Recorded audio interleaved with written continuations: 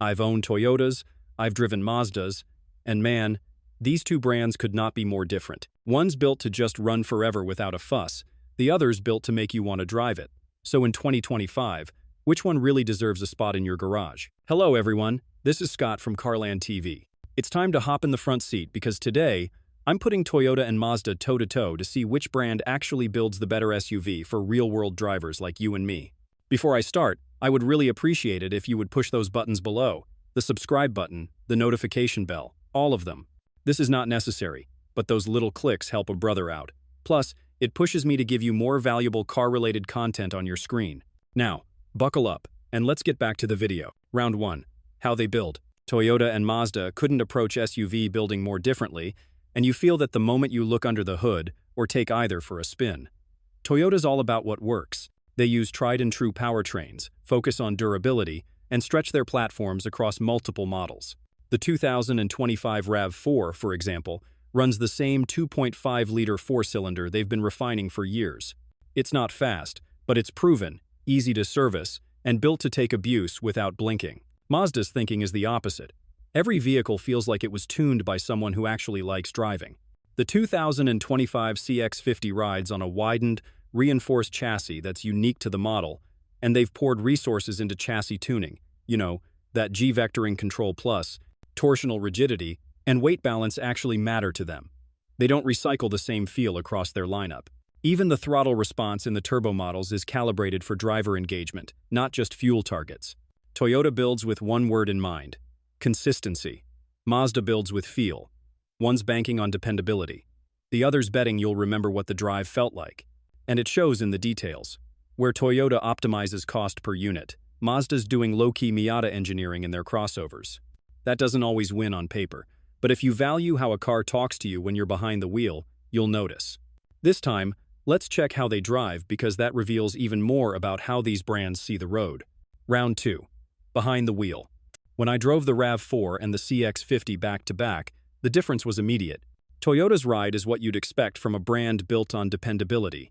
It's calm, quiet, and tuned for comfort. You can eat up miles in it without ever thinking about the mechanics underneath you.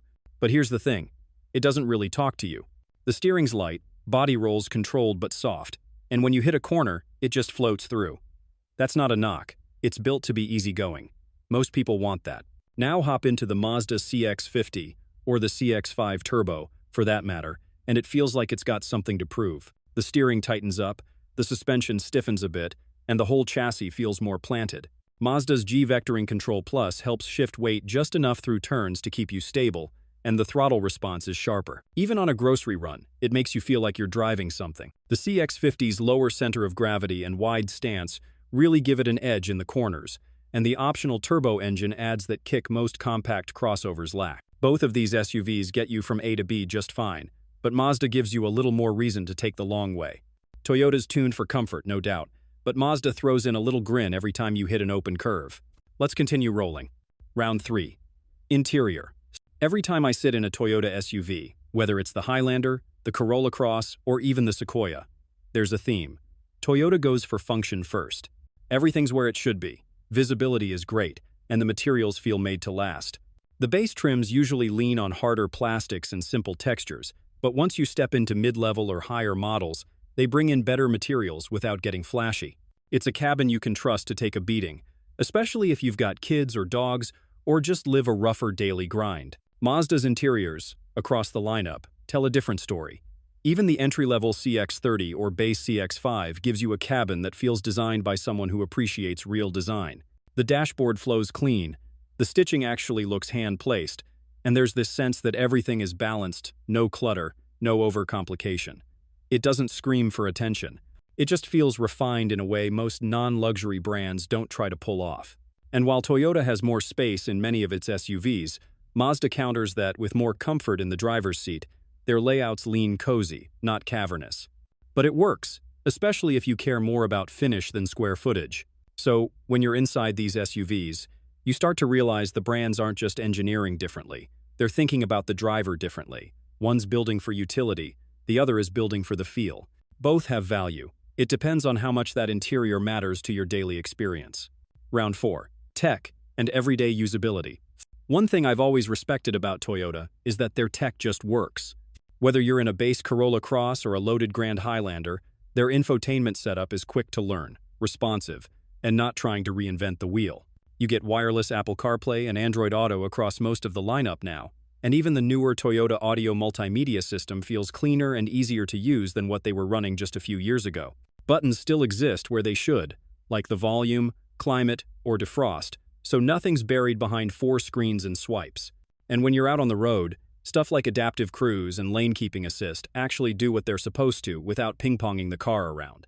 Mazda, on the other hand, builds interfaces that look better, clean graphics, tight fonts, and a layout that feels premium, but they come with a learning curve. Most Mazdas don't let you use the touchscreen unless you're parked, which means you're spinning that center dial for everything while driving. It's fine once you get used to it, but the first few weeks can be frustrating if you're coming from anything else. Still, their integration with CarPlay and Android Auto is seamless, and the 10, 25, and 12.3-inch displays they're using now look sharp. Safety tech is standard on both brands, but Toyota tends to offer more of it on base trims. Mazda usually reserves features like a 360 camera or traffic jam assist for higher packages. So yeah, both systems get the job done, but Toyota focuses on ease, while Mazda leans toward elegance, even if it takes a minute to get familiar. Round 5. Reliability and reputation. This one is a bit subjective, but I think it's worth pointing out. Yeah, let's talk about user feedback, because that's where Toyota's reputation was built. You don't need a badge that says TRD or Platinum to know most Toyotas are going to outlive the note. The brand's track record in the US is second to none when it comes to long-term durability. Models like the 4Runner, Highlander, and even the RAV4 Hybrid routinely rack up over 200,000 miles with nothing more than routine maintenance. Go check any used car lot. The Toyota section holds its value better than most. And it's not luck, it's how they engineer. Low-stress engines, simplified electronics, and components that are proven instead of bleeding edge. Mazda's come a long way, though. A decade ago, people still tied them to Ford-era reliability quirks. That's over. Modern Mazdas, especially anything built after 2017, have been consistently solid. CX-5, CX-30, and now the CX-50 have scored high in Consumer Reports and JD Power rankings. They're not quite on Toyota's level yet, but they're in the same conversation. The build quality is tight, their engines are stout, and their infotainment systems don't glitch out like some competitors. Now, if you want to talk about warranties, both brands offer 3 years or 36,000 miles basic and 5 years or 60,000 miles powertrain. But Toyota throws in 2 years of free scheduled maintenance, which Mazda doesn't match. In the real world, owning a Toyota still feels like the safer long-term play. But Mazda's catching up, and fast. The difference today isn't as wide as it used to be, but that legacy still matters when you're making a long-haul purchase. Round 6. Ownership costs. Numbers matter once the paperwork's signed, and this is where Toyota quietly flexes. Across almost every segment, compact, midsize, hybrid, you name it, Toyota tends to edge Mazda when it comes to real-world ownership costs. Let's break it down. First, fuel economy. Toyota's naturally aspirated engines and hybrid options deliver better mileage than anything Mazda's putting out right now. A front-wheel drive RAV4 hybrid, for example, is EPA rated up to 41 mpg city. Mazda's most efficient SUV, the CX-5, tops out around 27 miles per gallon combined, and the turbo trims dip even lower, plus they prefer premium fuel. If you daily drive and rack up miles, that difference adds up quick. Next, depreciation. Toyota's brand value holds strong. Models like the Highlander and RAV4 have some of the highest resale values in their class. Mazda does all right, especially with the CX-5 and newer CX-50, but they don't match Toyota's resale numbers yet. In terms of repairs and maintenance, Toyota still wins. They've got a bigger dealer network, cheaper parts, and more independent mechanics that know their systems. Mazda parts can be pricier, and depending on where you live, their dealer support might be thinner. You won't be stranded, but it's something to consider. Insurance costs between the two are usually close, but Toyota's broader data set gives it an edge with some carriers. And don't forget that Toyota includes 2 years of free maintenance, while Mazda doesn't. When the monthly budget starts talking louder than the test drive memories, Toyota's got the numbers on its side. Round 7. Brand personality. You learn a lot about someone by the kind of SUV they park in their driveway. Toyota buyers, from what I've seen working dealership floors and talking with owners, usually lean toward peace of mind. They want a vehicle that doesn't complicate their life, something that gets them to work, hauls the kids, runs like a clock, and still holds value 10 years down the line. It's not flashy. It doesn't have to be. It just does the job, and does it every day without complaint. That kind of consistency earns loyalty. Meanwhile, those who are inclined to buy Mazdas tend to care a little more about how the car feels. They're not necessarily looking to impress anyone. They just appreciate tight steering, a responsive throttle, and a cabin that doesn't feel like it was built for a rental lot. There's a little Miata DNA baked into every Mazda SUV, even if it's buried under all-wheel drive and family hauler practicality. It's subtle, but it's there. Now, I'm not saying one group is better than the other, but when you line these two brands up, they're clearly speaking to different types of drivers. Toyota sells logic. Mazda sells connections. One makes you relax. The other makes you pay attention. So the real question isn't which SUV is better. It's which one fits you. Do you want something you never have to think about? Or something that reminds you why you still like to drive? But yeah, if you're after long-term value, bulletproof reliability, and lower ownership costs, Toyota is the better brand. Period.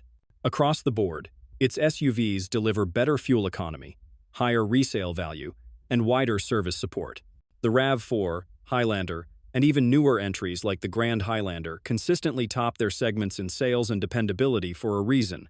They're engineered for longevity and ease of ownership. Mazda makes some of the most refined, engaging, and stylish mainstream SUVs you can buy, especially for people who enjoy driving. But when it comes to the bigger picture, cost of ownership, reputation, hybrid leadership, and proven durability, Toyota still holds the edge. Mazda is closing the gap in quality and design, and they've earned respect, but Toyota remains the more complete package for the average buyer. If you're buying with your head, Toyota wins. If you're buying with your heart, Mazda's worth a look, but it's still second place overall.